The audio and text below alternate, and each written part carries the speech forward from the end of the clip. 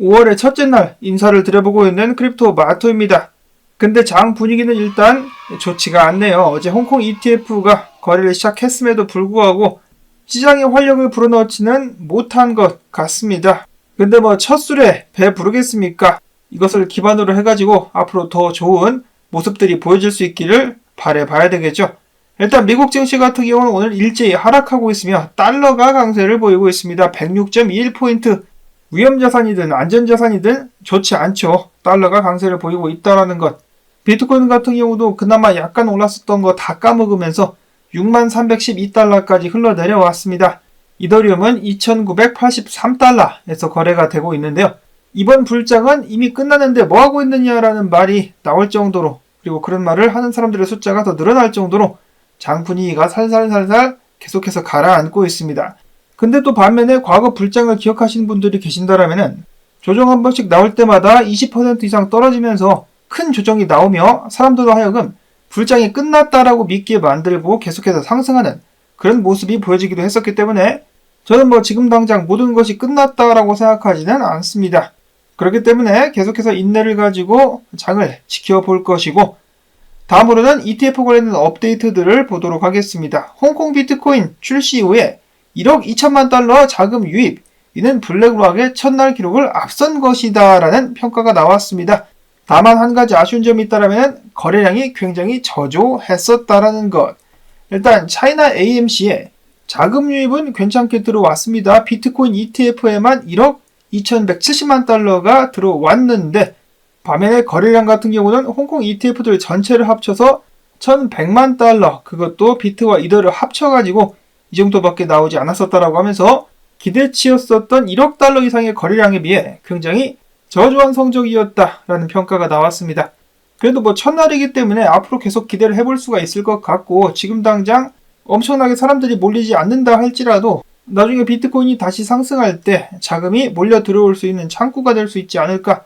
여전히 당연한 이야기겠지만은 없는 것보다는 훨씬 낫다라고 저는 생각을 해보고 있습니다. 자, 그리고 홍콩의 보세라 해시키 ETF 같은 경우도 비트와 이더를 각각 964개, 4290개를 매수하게 되었다라는 소식 나오기도 했었습니다. 이어서 미국의 현물 ETF 같은 경우도 그닥 성적이 좋지 않다. 어제 5160만 달러가 유출이 되었다라고 합니다. 당연한 이야기겠지만 그레이스케일에서 2470만 달러 유출, 피델리티에서 690만 달러, 아크21 쉐어스에서 3130만 달러 유출이 나왔었습니다. 블랙록 같은 경우 4일 연속으로다가 순 유출 및 유입이 없는 상황. 이제는 끝발이 닿은 것이 아니냐라는 우려가 계속해서 나오고 있는 상황 속에서 미국 ETF 전문 업체 ETF 스토어의 CEO 네이트 찌라시가 아니라 네이트 제라시 같은 경우는 이야기하기를, 비트코인 ETF는 아직 채택 초기 단계에 와 있다. 금융기관은 브로커들에게 비트코인 현물 ETF 구매 권유조차 허용하지 않고 있다. 천천히 진입하고 있는 모습. 모든 ETF는 시간이 지남에 따라 썰물과 밀물을 반복한다. 결코 직선으로 올라가지 않는다라고 하면서 우려할 것이 없다라는 것을 다시 한번 투자자들에게 확신을 시켜주었습니다. 그리고 최근에 비트코인 매거진에 의하면 블랙록이 업계 리더들을 본사로 초청해가지고 비트코인 투자에 대해서 논의하는 시간을 가졌다라는 소식 내보내기도 했었는데요. 비트코인과 같은 새로운 투자 자산에 투자를 하기 위해서는 그 과정, 승인 및 검토 과정이 필요하다라고 하니까 이런 과정들을 거치고 나서 다시 한번 ETF로의 자금 밀물이 들어오게 될 수 있지 않을까. 일단 블랙록 같은 경우는 비트코인 선전을 계속해서 열심히 해주고 있습니다. 이어서 모건 스탠리 산하 12개 펀드 같은 경우도 비트코인에 투자를 하기 위해서 SEC에 서류를 신청해 놓은 상황이라고 하는데요. 이것이 승인되기만 한다면 곧 15,000여 명의 브로커가 비트코인 현물 ETF를 고객들에게 판매할 예정이라고 합니다. 자, 그리고 또한 2개의 추가 은행 역시 비트코인 ETF 보유 양식을 제출을 했는데, 둘 다 미국의 지방은행들이고요. 첫 번째로는 총 관리자산 135억 달러에 달하는 퍼스트 유나이티드 뱅크, 그 다음에는 총 관리자산 80억 달러에 달하는 스톡야드 뱅크 앤 트러스트 뱅크라고 합니다. 더욱더 많은 은행들이 비트코인의 매력에 빠져들고 있다. 은행들이 하나둘씩 비트코인 투자에 손을 대고 있는 모습. 다음으로는 비트코인 가격이 떨어지든지 말든지 계속 산다. 상남자 마이클 세일러의 마이크로스트래지가 지난 4월 122개의 비트코인을 추매했다라고 밝혔습니다. 하락장 때 많은 사람들이 마이클 셀러를 비웃었지만은 지금은 어떻습니까? 비트코인 가격이 좀 빠지긴 했지만은 아직도 어마어마한 수익권에 달하고 있죠. 비트코인 장투자분들께서는 그냥 이렇게만 하시면은 돈을 벌 수가 있겠습니다. 꾸준히 사는 거죠. 지금도 한국 커뮤니티 이런저런 곳을 가보시면은 비트코인 사기다, 비트코인 투자해가지고 돈 번 사람을 못 봤다라면서 만류하는 그런 사람들의 모습을 어렵지 않게 찾아볼 수가 있겠는데요. 솔직히 그냥 사서 들고 있기만 하면 됩니다. 근데 참을성이 없어가지고 성격이 급하다 보니까 가격이 크게 빠졌을 때 그냥 뒤집어져가지고 손절을 치는 거죠. 공포에 사는 것이 아니라 환희에 사가지고 공포에 추매하지 않고 손절. 안타깝습니다. 이어서는 동향 및 분석으로 넘어가 보도록 하겠는데요. 오늘 중요한 날이죠. 비트코인 월봉 마감이 있습니다. 비트코인은 무려 지난 7개월 동안 연속으로다가 양봉을 쌓아왔었는데 드디어 음봉으로다가 월봉을 마감하게 된 것이라는 것인데요. 일단 이번 달 성적 보시면은 대략적으로다가 11% 하락 중에 있다라고 합니다. 거기다가 비트코인 도면스 같은 경우는 계속 올라가지고 알트코인들은 더 녹고 있는 안타까운 상황. 차트를 보시면은 이런 모습 보여주고 있는데, 자, 물론 차트를 그리는 사람마다 틀리지만은 카스텔로 트레이딩 같은 경우는 그래도 61,454달러 위에서 마감을 해주면 좋겠다라는 그런 의견 보였습니다. 그런데 가격은 쭉쭉 빠지고 있어가지고 사람들을 심란하게 만들고 있는데, 그래도 아직 좀 시간이 남았기 때문에 반전이 좀 나와줄 수 있으면 좋겠고요.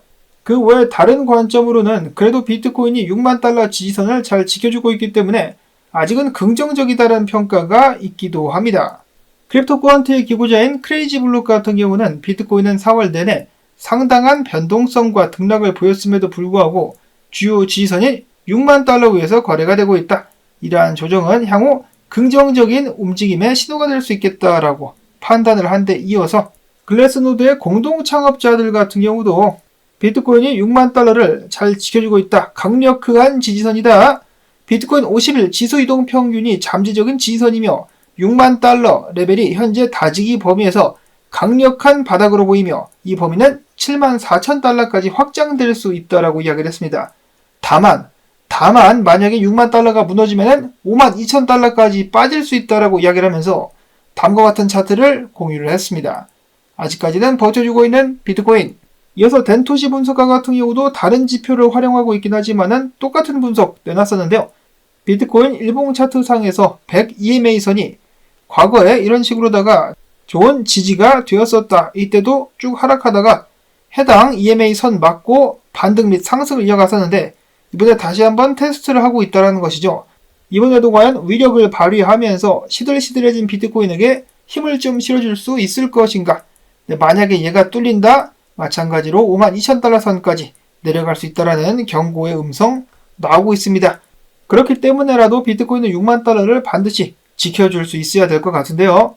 이어서 최근에 계속해서 긍정적인 분석을 내놓고 있는 로만 같은 경우는 이야기하기를 비트코인이 100% 상승 후에 20% 조정을 받았다. 근데 이 정도는 뭐 당연한 건 아니겠느냐. 그와 동시에 매도에 따른 거래량이 볼륨이 계속해서 낮아지고 있다. 이것은 무엇을 의미하는 것이냐. 즉 매도를 하는 세력들이 지쳐가고 있다는 것을 알 수가 있겠는데 어째서 이런 상황에서 극단적으로 시장을 부정적으로 보는지 나는 이해할 수가 없겠다라고 이야기를 하기도 했었습니다. 그러면서 사람들을 더 겁주기 위해서 지금 6만 달러 지지선인데 5만 9천 달러 아래로 비트코인을 훅 내려가지고 가짜 하락 보여주면서 이런 식으로 말아 올리는 그런 그림이 나올 수도 있다라고 이야기를 하기도 했었습니다. 그래서 계속해서 상승 관점을 유지하고 있었다. 분석가 위즈 같은 경우도 내가 이야기한 대로 지금 흘러가고 있는 것 같다. 다만 비트코인이 5만 7천 달러 아래로 내려가게 된다면 자신의 상승 관점은 무효화될 수 있다라고 경고를 하기도 했었습니다. 그러나 본인의 관점에서 봤을 때 그렇게 될 가능성은 높지 않다라고 하네요. 상승 쪽으로다가 여전히 기울고 있다. 이어서 비잔틴 제너럴 분석가 같은 경우는 비트코인이 시들시들한 가운데에서도 지금 몇 주째 비트코인이 6만 달러를 잘 방어를 해주고 있는 가운데 현물 거래상에서 프리미엄까지 붙어있기 때문에 내가 봤을 때는 상황이 그닥 나쁘지 않은 것 같다라는 평가를 하기도 했었습니다. 그리고 이어서 최근 분석에서는 비트코인의 현물 매도와 함께 가격 움직임이 개떡 같다라고 이야기를 하기도 했었으나 그 동시에 뒤늦게 엄청나게 많은 사람들이 숏에 몰리고 있기 때문에 한번 스쿠이즈가 나올 가능성도 제기를 하기도 했었습니다. 숏쟁이들의 뚝배기들을 한번 날려버릴 수 있을 것이다. 그렇게 될 수 있으면 좋겠는데요. 그리고 이어서 반면에 떡락을 보는 분석가도 당연히 있습니다. 불 BNB 분석가. 지금 비트코인이 추세 위로 못 올라가고 있죠. 그래가지고 58,000달러는 사실상 제대로 된 지지 구간도 아니다. 그래서 52,000달러까지 덤핑이 나올 수가 있겠다라고 경고를 하기도 했었습니다. 또한 여기서 추가적으로 이야기하기를 48,400달러가 골든 포켓 자리이기 때문에 그 자리까지 테스트가 나오게 될 수 있겠다라고 이야기를 하기도 했었는데요. 시청자분들 중에서도 52,000달러, 48,000달러에서 기다리고 계신 분들이 계십니다. 과연 세력들은 그분들의 매수를 체결시켜 줄 것인가? 아니면은 숏 뚝배기 깨면서 다시 한번 상승에 대한 희망을 이어갈 것인가? 극단적으로다가 갈리고 있는 의견들, 거기다가 내일 제롬 파웰이 이빨을 털게 될 텐데 그가 어떤 종류의 이빨을 터느냐에 따라 가지고 비트코인 방향성이 또 나오게 될 수도 있겠죠. 과연 매파적인 이빨을 털 것인가, 비둘기적인 이빨을 털 것인가. 전 세계가 주목하고 있는 가운데 이어서는 기타 소식들 알아보도록 하겠습니다. 자, 코인베이스가 드디어 코인베이스 거래소에 라이트닝 네트워크를 적용하기 시작했다라는 소식이 나왔었고요. 수위 같은 경우는 최근에 구글 클라우드와 파트너십을 맺고 파트너십을 통해서 사용자 경험 강화, 확장성 개선 등등에 초점을 둔 툴을 개발자들에게 제공하게 될 것이다 라고 밝혔습니다. 다음으로 최근에 이더리움을 과도할이 많이 모으고 있었던 저스틴 선, 왜 그런고 했더니 이번에 이더리움 리스테이킹 프로토콜인 아이겐 레이어에서 코인 출시 및 에어드랍을 진행하겠다라고 밝혔는데 에어드랍을 가장 많이 받게 된 사람이 다름 아닌 저스틴 선이라고 하네요. 아가리 선이라는 별명과 함께 많은 사람들로 하여금 그닥 좋은 평가를 받지는 못하고 있는 저스틴 선. 그럼에도 불구하고 머리는 좋습니다. 굉장히 성공한 사람이 맞긴 하죠. 자, 그리고 약삭 빠르기도 해가지고 CG 같은 경우는 제발로 정직하게 자수하겠다라며 미국에 입국했었다가 벌금은 벌금대로 과하게 다 뜯기고 또한 검찰이 CG에게 3년형을 구형하려고 이를 갈고 있는 가운데 엄청난 위기죠. 그나마 다행인 것은 판사가 CG 편을 좀 들어주고 있다라고 합니다. 반면에 저스틴 선 같은 경우는 SEC로부터 소송을 받았음에도 불구하고 걸렸음에도 불구하고 여시나 까잡쏴라고 하면서 쌩까고 있죠. 제발로 순순히 협력했다가는 CG처럼 될 수 있으니까 아주 그냥 약삭 빠르게 대처를 잘하고 있는 모습 보여지고 있습니다. 이어서는 국내 소식 준비가 되어 있는데요. 클레이튼과 핀시아 통합 재단명을 카이아로 결정을 했다라고 하는 소식. 이 카이아라는 단어 같은 경우는 그리스 신화에서 대지의 여신이자 생명의 어머니인 가이아에서 이름을 착안했다. 아닌 것 같은데 제가 봤을 때는 한국의 사투리, 그렇게 하지 말라 카이, 모른다 카이에서 힌트를 얻은 것이 아닐까라고 생각을 해보는데 아무튼지 간에 6월 말까지 해가지고 메인넷을 출시하게 될 것이다 라고 합니다. 다음으로 마지막으로는 논란의 결정체, 금투세에 관련된 것인데요. 단독으로다가 이런 기사가 나왔습니다.